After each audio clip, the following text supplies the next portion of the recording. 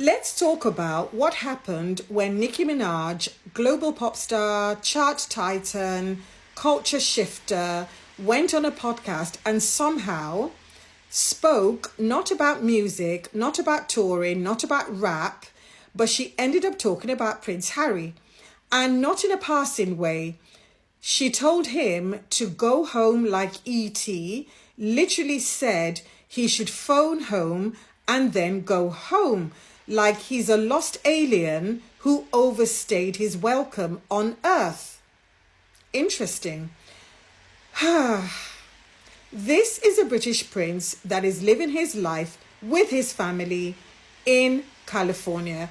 And I find it ironic that an illegal immigrant is telling a legal migrant to go home.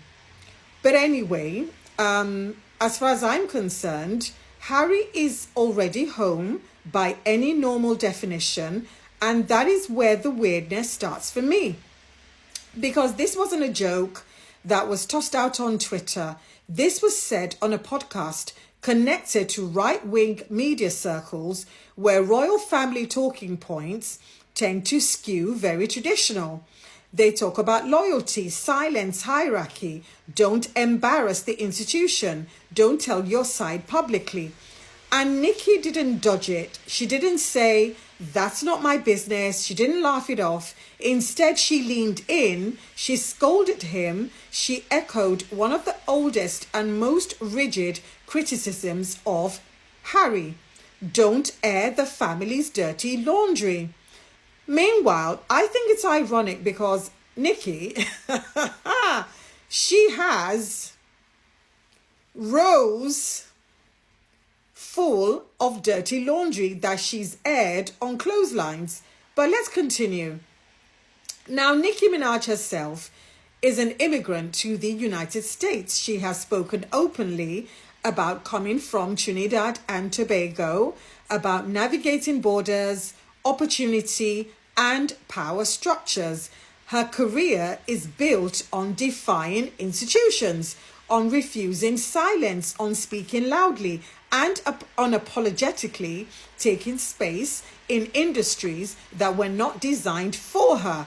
Because we know the rap industry is one of the most misogynistic industries on earth.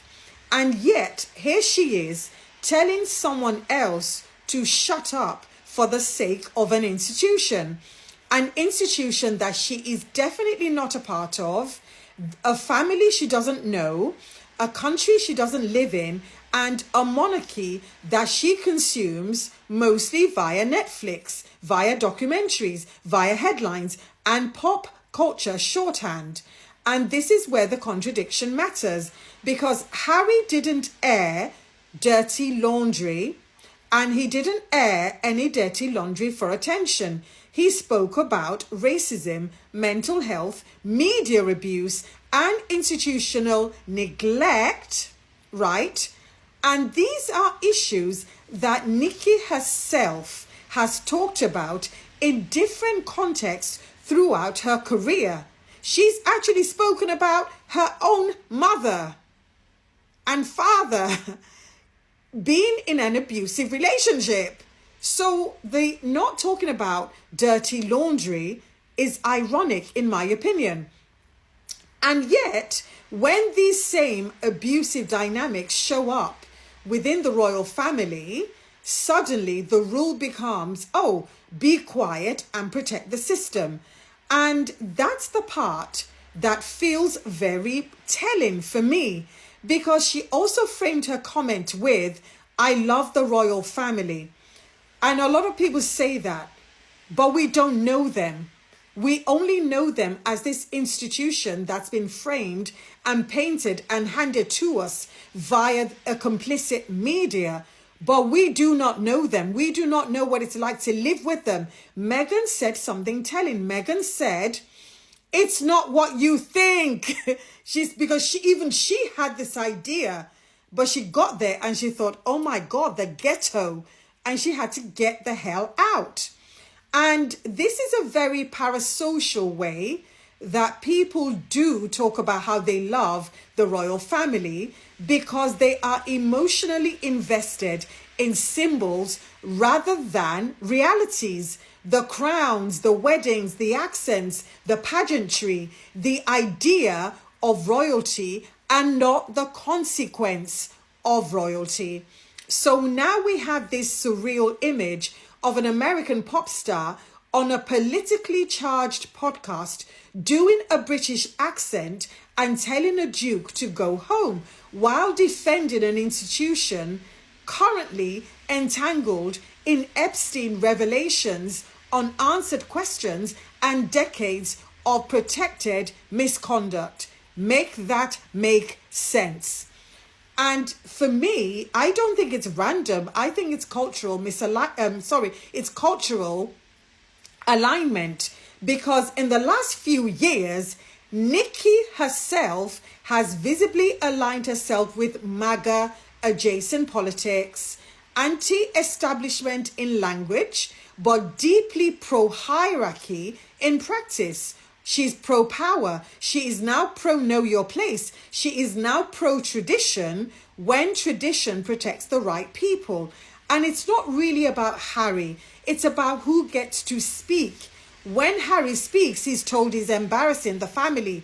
When Andrew stays silent, he's being handled privately. The institution always closes ranks, and critics are framed as being disloyal. And celebrities, they pile on the whistleblower and not the system. And that is the pattern. And it gets stranger when you remember that Nikki herself has spent years pushing back against the scrutiny of the men around her.